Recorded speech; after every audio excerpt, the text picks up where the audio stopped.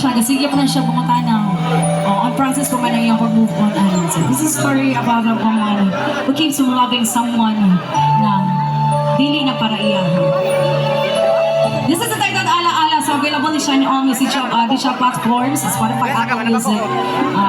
Please do stream it, guys. Parang sa mga nasakitan diha, ang diha, sikat doon sila mga ex. This is for you, guys.